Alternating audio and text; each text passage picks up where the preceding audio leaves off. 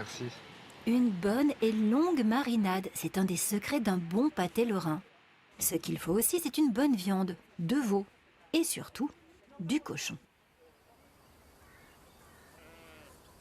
À la ferme du Port qui dort, à une quarantaine de minutes de Nancy, Sonia Rigaud élève des brebis et surtout des porcs.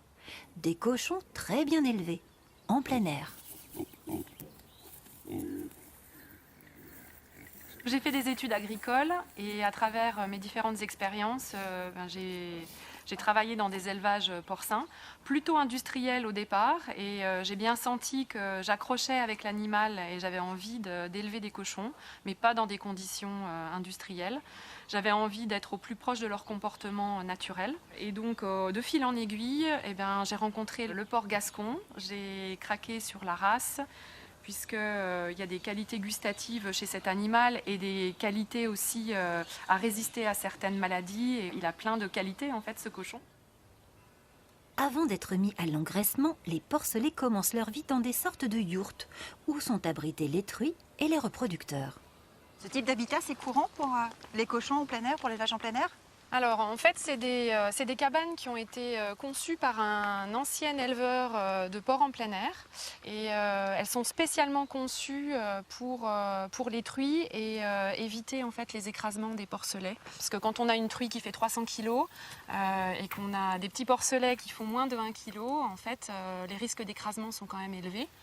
Et là, comme c'est circulaire, on n'a pas de raccoin où les porcelets peuvent être coincés.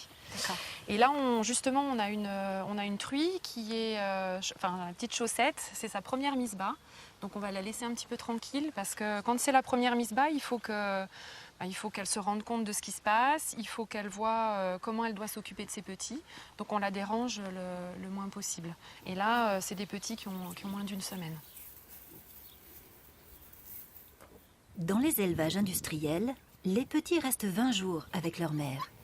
Ici, ils vont rester 2 mois, le temps d'un sevrage naturel, et de devenir des ados un tantinet turbulents. Là, vous avez en fait 2 portées qui se mélangent et qui vont dans tous les parcs. Donc, ils vont visiter Cacao avec ses femelles. Et là, ils se mettent au frais, c'est ça? Oui. Ouais. En fait, quand il fait très chaud l'été, on maintient toujours des bauges humides pour que les porcs puissent se couvrir de boue, donc se rafraîchir et aussi se nettoyer.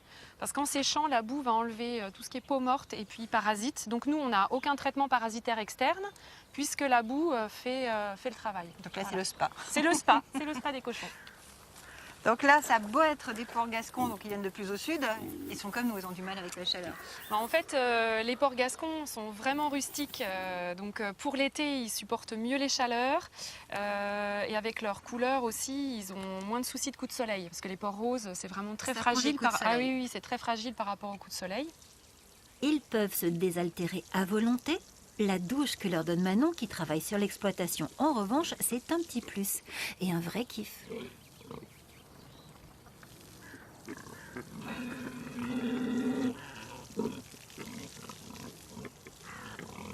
Les cochons discutent beaucoup, donc il faut être présent aussi nous-mêmes en tant qu'éleveurs à leur faire la conversation parce que ça les rassure. Et puis en fait là, à travers notre voix, on véhicule beaucoup de sentiments, beaucoup de choses. Donc c'est important de discuter avec eux.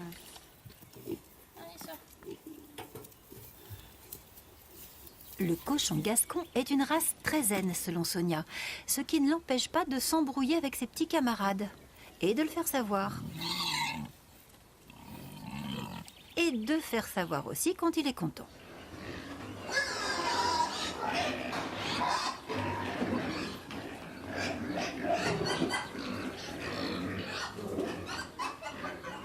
Le porc qui dort, c'est le nom de la ferme.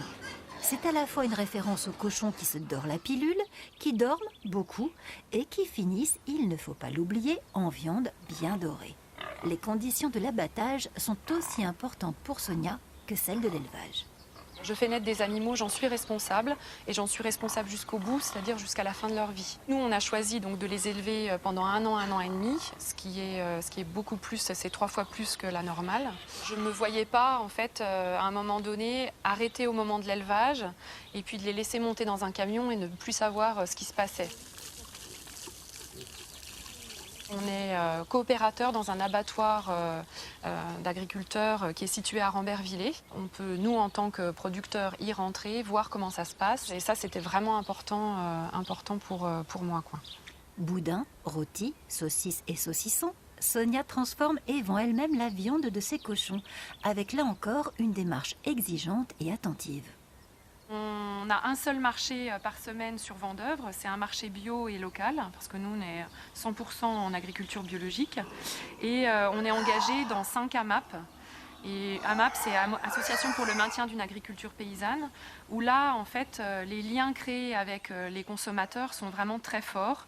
Ils visitent régulièrement la ferme, les enfants connaissent les animaux, et on est un peu des fermiers de famille. Et Sonia fait bien sûr un pâté lorrain, 100% cochon. Chacun sa recette donc. Par exemple, la recette traditionnelle voudrait que le fond du pâté soit réalisé en pâte brisée et que seul le dessus soit en pâte feuilletée. Or, la plupart du temps aujourd'hui, c'est la seule utilisée. Et